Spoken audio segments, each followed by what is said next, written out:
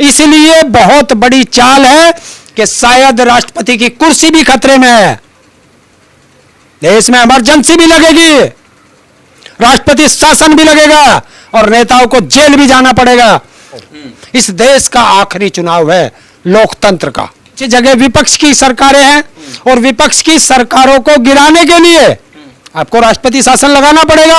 और अगर देश में राष्ट्रपति शासन लगा तो मोदी के अधिकार खत्म हो जाएंगे, और जब मोदी के अधिकार ही खत्म हो जाएंगे तो फिर ये करेगा क्या? छत्तीसगढ़ के मुख्यमंत्री भूपेश बघेल, झारखंड के मुख्यमंत्री हेमंत सोरेन और दिल्ली का मुख्यमंत्री अरविंद केजरीवाल, तीनों को जेल भेजने की तैयारी है। तो सबसे अच्छा है संसद के अंदर सारे नेता मिलेंगे और वही अरेस्ट करा लो। बिल्कुल, मैं साफ कह रहा हूं, 11 से 15 के बीच में 3 मुख्यमंत्रियों का तो मैं नाम भी बता सकता हूं जिन पर तलवार लटकी हुई है कि जो ये 65% वोट है, अगर ये एक साथ आ गया तो धरातल क्या रसातल में चली जाएगी बीजेपी। नाम लेने वाला नहीं बचेगा। पुलवामा में लोगों को शहीद करा के उनके नाम पर वोट मांगी। जो इंडिया का विरोध करेगा वो भारत का गद्दार होगा, ये सब जानते हैं। है कोई माई का लाल जो इंडिया का विरोध कर दे? पूरा भारत में राष्ट्रपति शासन लगाने की तैयारी है। 18 तारीख से एक विशेष सत्र बुलाया गया है, वो भी संसद में। अब सोचिए 18 तारीख को विशेष सत्र बुलाया गया है। अब तक कयास लगाया जा रहा है कि बीते 9.5 सालों में, या अब 10 साल पूरे होने वाले हैं मोदी सरकार के, अब तक ऐसा कभी नहीं हुआ था। इस विशेष सत्र में क्या ऐसी बातें हैं जो मोदी सरकार ने एक इमरजेंसी के तौर पर यह सत्र बुलाया है? लोगों के मन में बहुत सारी अवधारणाएं हैं कि इस सत्र के जरिए न जाने इस देश में विपक्षी दलों पर क्या क्या हो सकता है, क्योंकि 2024 का जो चुनाव है बहुत कम महीनों का टाइम रह गया, समय रह गया। और इस पर बातचीत करने के लिए हरेन ताऊ जो है इस वक्त हमारे साथ मौजूद हैं। हरेन जी, कैसे देख रहे हैं ये जो विशेष सत्र बुलाया जा रहा है? देखिए, ये तो सरकार को बताना पड़ेगा कि देश पर क्या आपदा है जो ऐसा विशेष सत्र बुलाना पड़ा, क्योंकि भारत के इतिहास में विशेष सत्र जो होता है बहुत रेयर केस में बुलाना पड़ता है। क्योंकि अभी 10 दिन पहले ही सत्र खत्म हुआ है। अगर कोई इमरजेंसी थी तो उसमें निपटाया जा सकता है या उसे 10 दिन बढ़ाया जा सकता है, 4 दिन बढ़ाया जाता, वो नहीं किया। अभी इन्होंने, देखिए ये सितंबर का महीना, ये देश पर भी और देश के नेताओं पर भी और देश की जनता पर भी बहुत भारी है, और इस पर हर देशवासी को चिंतन करना चाहिए, क्योंकि 2024 का चुनाव इस देश का आखिरी चुनाव है लोकतंत्र का। ये तो आप डंके की चोट पे कह रहे हैं। मैं बिल्कुल क्लियर कह रहा हूं, क्योंकि मोदी की सलाहकार समिति के चेयरमैन ने साफ कहा है कि भारत का संविधान खराब है और उसको बदला जाएगा। वक्त आ गया है, तो साफ हो गया कि भारत के संविधान को खत्म किया जाएगा।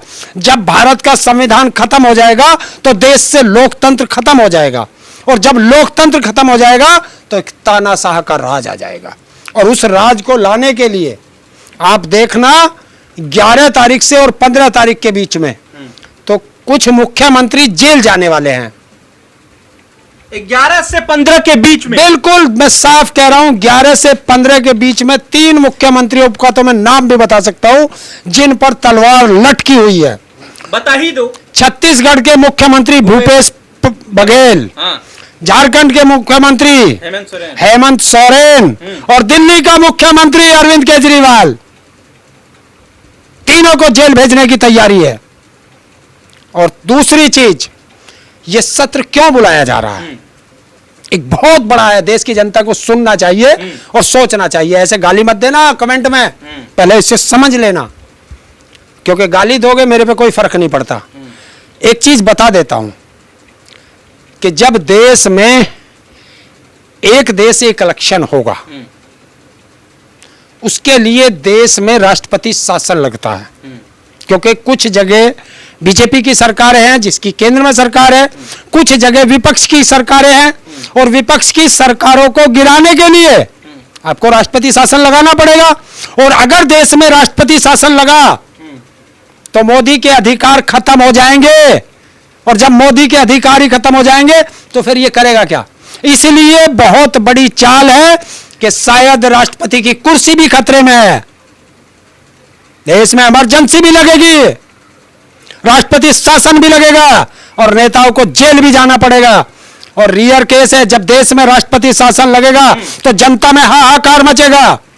और उस हाहाकार को रोकने के लिए जो मैं आशंका व्यक्त कर रहा हूं, ये मेरी आशंका है देश की जनता के सामने, भविष्यवाणी है आपकी। बिल्कुल मेरी भविष्यवाणी है कि जिस दिन देश में ये संसद चलेगी 18 से 22 के बीच में, और तभी ये जो अमेंडमेंट भी लाएंगे, क्योंकि एक देश एक नेशन एक इलेक्शन के लिए संविधान में 15 मेजर अमेंडमेंट करने पड़ेंगे।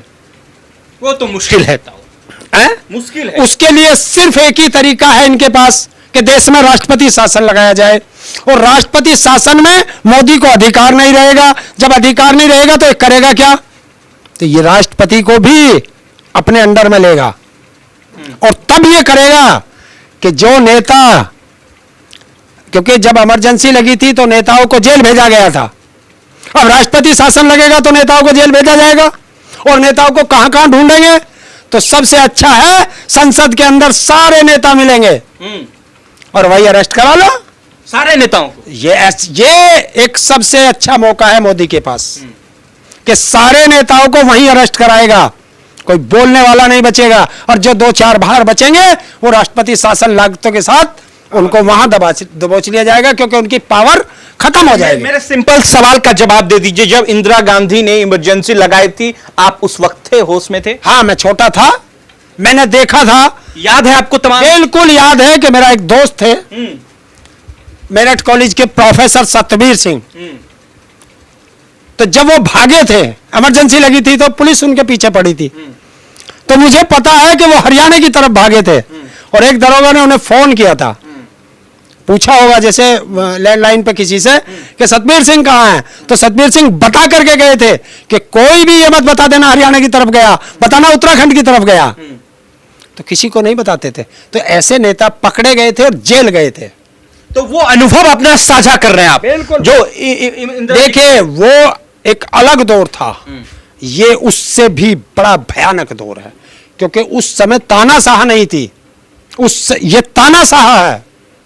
और आप देख लेना, देश बहुत मुश्किल के दौर से गुजरेगा और नेताओं को तो जेल जाना है, ये लिख लीजिए। और उसमें बीजेपी के भी नेता जाएंगे। ये बता दीजिए उनका भी फिर। नहीं, नाम क्या? जो मोदी की आंखों में किरकिरी है वो नेता जेल जाएंगे। कौन कौन है उनमें से? नहीं, अब मैं किसी का नाम लेके क्यों उसे प्रायोजित करूं? 18 तारीख से 22 तारीख तक एक विशेष सत्र के दौरान क्या होने वाला है? अब तक लोगों ये कयास लगाया जा रहा है लोगों के द्वारा कि शायद बहुत बड़ा अमेंडमेंट होने वाला है, यह संशोधन होने वाला है, कुछ बड़ी चुनौती है देश के आगे जो सत्र बुलाया जा रहा है। लेकिन जब यहां पर इंदिरा जी के टाइम जब इमरजेंसी लगी थी और आज जो हालात पैदा किए जा रहे हैं उन पर जब सुनेंगे हरेंद्र ताऊ, तो साफ कह रहे हैं कि इमरजेंसी से भी बड़ा दौर है राष्ट्रपति शासन की तरफ ये पूरा भारत बढ़ रहा है। आप ये कह रहे हैं? पूरा भारत में राष्ट्रपति शासन लगाने की तैयारी है, क्योंकि अगर राष्ट्रपति शासन नहीं लगाया तो मोदी का सपना पूरा नहीं होगा। और इनका सपना है कि 2025 में आरएसएस के 100 साल पूरे हो रहे हैं और ये शताब्दी मनाएंगे अगर मोदी प्रधानमंत्री रह गया, और देश से संविधान खत्म करके मनुस्मृति ये लागू कर देंगे इस देश के अंदर, ये दावा है मेरा। लेकिन आपने एक बात और भी कही कि सारे विपक्ष के अपोजिशन के जो लीडरान हैं वो भी संसद में मौजूद रहेंगे, तो सबको अरेस्ट कर लिया जाएगा। देखिए, जब कोई भी देश के अंदर इस तरह का माहौल बनता है तो सबसे पहले हाय तौबा कौन मचाते हैं? विपक्ष के नेता। अब वो सड़कों पे आएंगे, उनके समर्थक सड़कों पे आएंगे तो दिक्कत होगी और सरकार को मुसीबत आएगी। तो वो इसी मुसीबत से बचने के लिए सबसे अच्छा तरीका ये ढूंढेंगे कि जब ये जैसे ही ये डिक्लेयर करेंगे कि देश में राष्ट्रपति शासन लागू और गेट बंद और सारे वहीं के वहीं अरेस्ट, भागने का मौका नहीं है। जो 2-4 बचेंगे मुख्यमंत्री वगैरह या जो कोई बाहर होगा नेता और उनसे दूसरे नंबर का या तीसरे नंबर का, उनको पकड़ने में आसानी हो जाएगी, फिर कम रह जाएंगे ना। तो 2024 जीतने की ये प्लानिंग है। 2024 जीतने की प्लानिंग नहीं, देश को तानाशाह के रूप में ले जाकर के मनुस्मृति लागू करने का है। क्योंकि देश से संविधान, इन्होंने आरक्षण किस तरीके से खत्म किया। मुझे एक बात बताइए, जब किसान आंदोलन चल रहा था, लगभग साल भर पूरे होने वाले थे, लाखों किसान सड़कों पर थे, दिल्ली की तमाम रूटें बंद हो गई थी, तब भी विशेष सत्र का आयोजन नहीं किया गया। लेकिन ऐसी क्या बातें हैं कि अब विशेष सत्र बुलाया जा रहा है? ये संभावनाएं लोग जो है ढूंढ रहे हैं, भैया ऐसी क्या बातें हो गई कि अब विशेष सत्र का आयोजन किया जा रहा है? शायद इसलिए भी हो सकता है कि विपक्ष के तमाम लीडरान एक साथ मौजूद हो रहे हैं। बॉम्बे में उनकी मीटिंग चल रही है, देश के तमाम दिल्ली में नेक्स्ट मीटिंग दिल्ली में होने वाली है, शायद इसलिए तो नहीं ऐसा हो रहा है। देखिए, उनसे यह घबराहट है इसके अंदर। जब देश के सारे नेता, जो देश की विपक्ष की पार्टियां हैं, वो जब एक जगह आई और जैसे ही उनका अलॉटमेंट हुआ था, इंडिया एक नाम आया था, तभी इनको दर्द हो गया था कि अब ये किसको टारगेट करेंगे। जो इंडिया का विरोध करेगा वो भारत का गद्दार होगा, ये सब जानते हैं। है कोई माइकल आल जो इंडिया का विरोध कर दे? नहीं कर सकता। तो इन्होंने उसे इंडिया के INDI ये जाने क्या क्या कहना शुरू किया है, और गठबंधन को ठगबंधन कहना शुरू किया। ये कहेंगे लेकिन इंडिया का नाम नहीं लेंगे। और जब अपने आप को करना था तो मोदी वोट मांगता था इंडिया के नाम पर। पुलवामा में लोगों को शहीद करा के उनके नाम पर वोट मांगी। और आज इन्हें खतरा है कि जो ये 65% वोट है, अगर ये एक साथ आ गया तो धरातल क्या रसातल में चली जाएगी बीजेपी। नाम लेने वाला नहीं बचेगा, ये डर है। पहली मीटिंग हुई थी तो इनको डर हुआ, दूसरी मीटिंग हुई तो डर हुआ, और जब आज तीसरी मीटिंग हो गई कल, तो इनको डर आया। और तीसरी मीटिंग से पहले ही इन्होंने सत्र बुला लिया, और उसके थोड़ी देर पहले ही इन्होंने एक देश एक इलेक्शन की बात कर दी। और ये की क्यों? कि ताकि देश की जनता को यह ना पता चल सके कि इंडिया की मीटिंग में क्या क्या डिसीजन हुए हैं। क्योंकि टीवी चैनल और अखबार वो गुलामियत की तरफ हैं। अच्छा, एक बात और दर्शकों को बताइए कि अगर वन नेशन वन इलेक्शन होता है, तमाम जगह पर जहां पर सरकार मौजूद है, अभी चाहे कांग्रेस की हो, बीजेपी की हो, सारे जगह भंग हो जाएंगे। स्टेट इलेक्शन, स्टेट एडमिनिस्ट्रेटिव जो है वो पूरी तरीके से भंग हो जाएगी। मानते इस बात को? बिल्कुल। देखिए, तभी तो होगा लोकसभा और विधानसभा, हाँ, ये भंग करनी पड़ती है। और विधानसभा और लोकसभा का चुनाव एक साथ होता है, और एक व्यक्ति 2 वोट डालता है, एक लोकसभा के लिए, एक विधानसभा के लिए। और अगर ये राज्यों को भंग करेंगे, तो अभी 4 दिन पहले कर्नाटक का चुनाव हुआ, और यहाँ क्या बोलते हैं हिमाचल हुआ है, तो इन्हें भी भंग करेंगे तो जनता को क्या कहेंगे? क्या कहेंगे? वहां की जनता क्या कहेगी? वही तो जवाब मांगेगी इनसे। और ये इन्हें वही डर है कि जनता सड़कों पे ना आ जाए, इसलिए राष्ट्रपति शासन लगाओ और इमरजेंसी लगा दो। फिर तो सोशल एक्टिविस्ट भी जाएंगे अंदर। देखिए, सब जाएंगे, जिसको ये चाहेंगे उसे जेल भेजेंगे, क्योंकि तब इनके अंडर में आ जाएगा। आपका भी नंबर हो सकता है। अरे हम तो जाते रहते हैं। देखिए, हम लोग वो हैं कि जो आंदोलनकारी हैं, और आंदोलनकारियों के लिए जेल एक ससुराल होती है। अच्छा। और ससुराल जाना कौन व्यक्ति पसंद नहीं करता? क्या आप अपनी ससुराल जाना पसंद नहीं करेंगे? जाएंगे ना, खुश होकर के जाएंगे। तो हम तो वो वाले हैं कि जब भी सरकार चाहे, हमें चाहे ससुराल भेज दे, तो हम तो खुशी खुशी जाते हैं।